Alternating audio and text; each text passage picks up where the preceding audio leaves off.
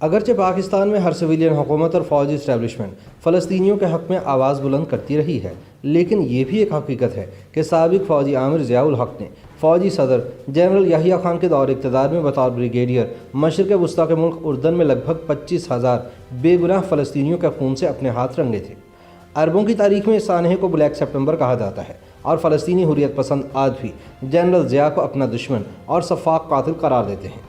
Black September کے دوران Pakistani army کے ایک ٹریننگ کمیشن نے یحییٰ خان کے حکم پر ضیاء الحق کی قیادت میں 25,000 فلسطینیوں کا اردن میں قتل عام کیا تاکہ فلسطینی مجاہدین کا اردن سے صفایا کیا جا سکے۔ یاد رہے کہ ضیاء الحق سن 1967 سے سن 1970 تک اردن میں فلسطینی مجاہدین مخالف کمانڈر کے طور پر موجود رہا۔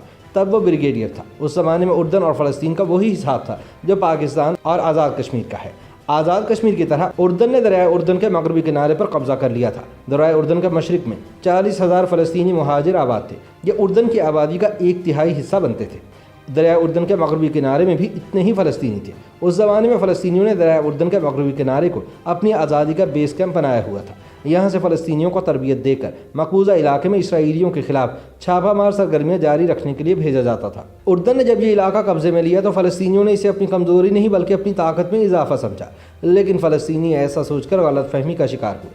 اردن کے سربراہ شاہ حسین کو یہ خدشہ تھا کہ کہیں فلسطینی دریائے اردن کے مغربی کنارے کو آزاد فلسطینی ریاست نہ بنا لیں۔ شاہ حسین دراصل سعودی عرب کے ساتھ امریکہ کے بھی اتحادی تھے۔ امریکہ کی ترجیح اسرائیل، اس کی بقا اور مشرق وسطیٰ میں اس کی بالادستی تھی۔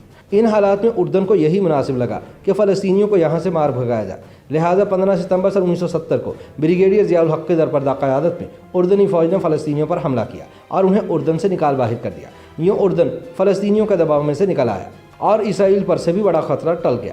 لیکن تاریخ گواہ ہے کہ ضیاء الحق نے اردن کی آرمی کو تربیت بھی دی تھی تاکہ وہ اس کے جانے کے بعد بھی فلسطینیوں کو کچلتی رہے۔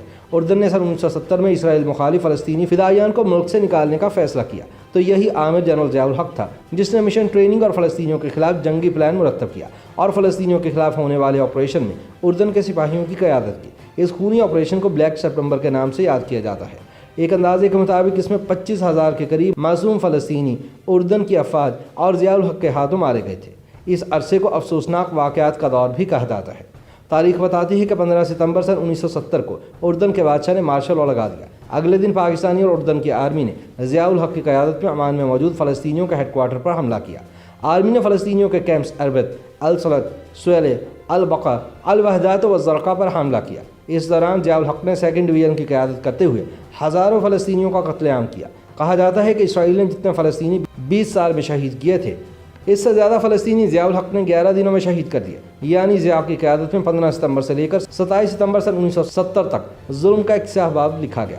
تب کہ اسرائیل کے وزیر اعظم نے کہا تھا کہ اتنے فلسطینی ہم نے 20 سال میں نہیں مارے جتنے ضیاء الحق نے 11 دنوں میں شہید کر ڈالے۔ لہٰذا فلسطینی مجاہدین آج بھی کہتے ہیں کہ ہم ضیاء الحق کو کبھی معاف نہیں کر سکتے۔ اس کے بعد اردن کی شاہی حکومت نے جنرل ضیاء الحق کو اعلیٰ اعزازات سے نوازا اور پھر وہ وقت بھی آیا جب جنرل ضیاء کو چیف آف آرمی اسٹاف بنا دیا گیا، جس کی بدولت وہ بھٹو حکومت کا تختہ الٹ کر 11 سال تک ملک کے سیاہ و سفید کا مالک بنا رہا۔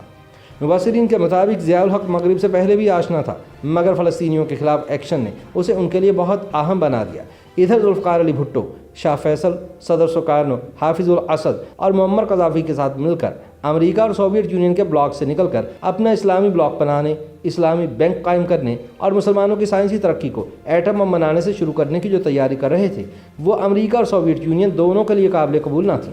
اس سارے منصوبے میں مرکزی حیثیت ذوالفقار علی بھٹو کی تھی اور ان تمام سرگرمیوں کا مرکز پاکستان نے بننا تھا، لیکن استعماری قوتوں نے ایک بار پھر جنرل ضیاء کو استعمال کیا، جس نے بعد میں بھٹو کو پھانسی دے دی اور مسلم اتحاد کے داعی دیگر عالمی رہنماؤں کو بھی استعماری قوتوں نے یکے بعد دیگرے منظر عام سے ہٹا دیا۔